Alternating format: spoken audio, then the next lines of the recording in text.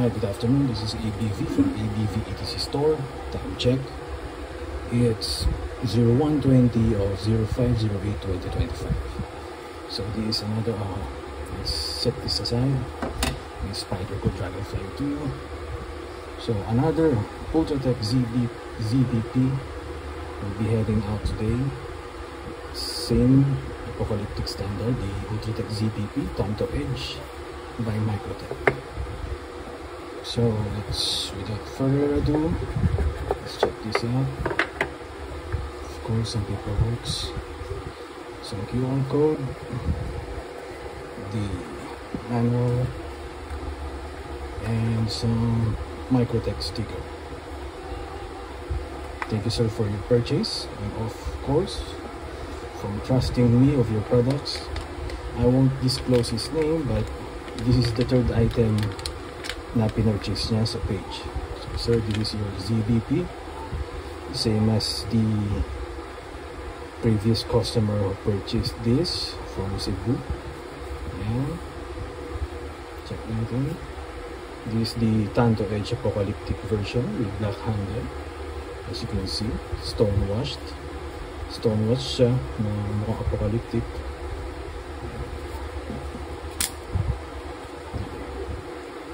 Your blade, then the M390 MK by Microtech, their proprietary steel.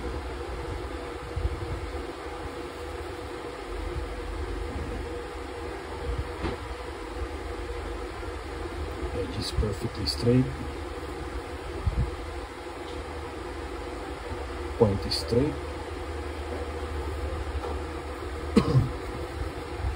Glass breaker tip. Let's check for blade play up and down, side to side. There's no blade play or noticeable blade play, so this is good. Factory settings. That's a factory settings from ZBP. Yeah, it's good. So let's check 10 times. 1, 2, 3, 4, 5, 6, 7, 8, 9, 10. Okay.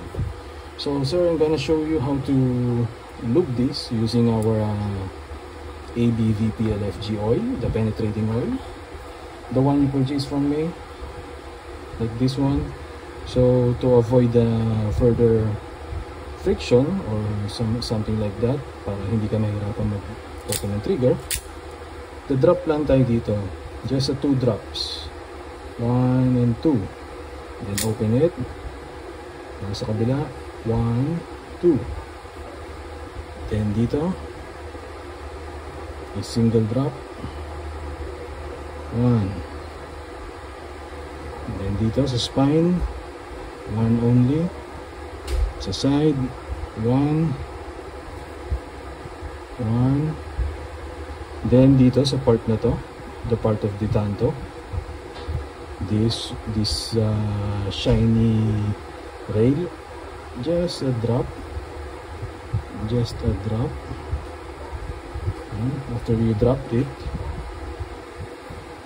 just wipe it like that to avoid friction on the inside of the scales. Okay, then let's do the edge na din. 1, 2, and 3. 1, 2, and 3. Also, M390 MK has a good corrosion resistant, but as a OC person like me, I want it well lubricated or maintained. So let's wipe it like that. Okay, spine, and open and close. 1, 2, 3, 4, 5, 6, 7, 8, 9, 10. Okay, all in all. Then just shake it a little so the oil inside will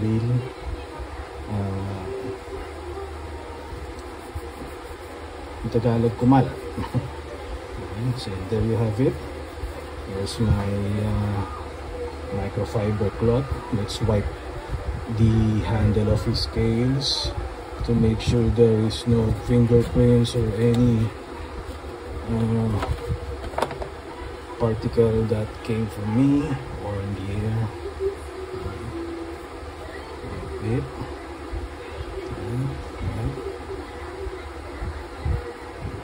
Just wipe it gently. Always use a microfiber cloth when wiping your knives to avoid scratches. Okay. Another 10. 1, 2, 3, 4, 5, 6, 7, 8, 9, 10. Check again for the lid. Okay, all is good. So sir, thank you for purchasing. This is now your officially yours. Let's check the serial number in here. No serial number. Yeah, it's on the box. So yes sir, thank you, and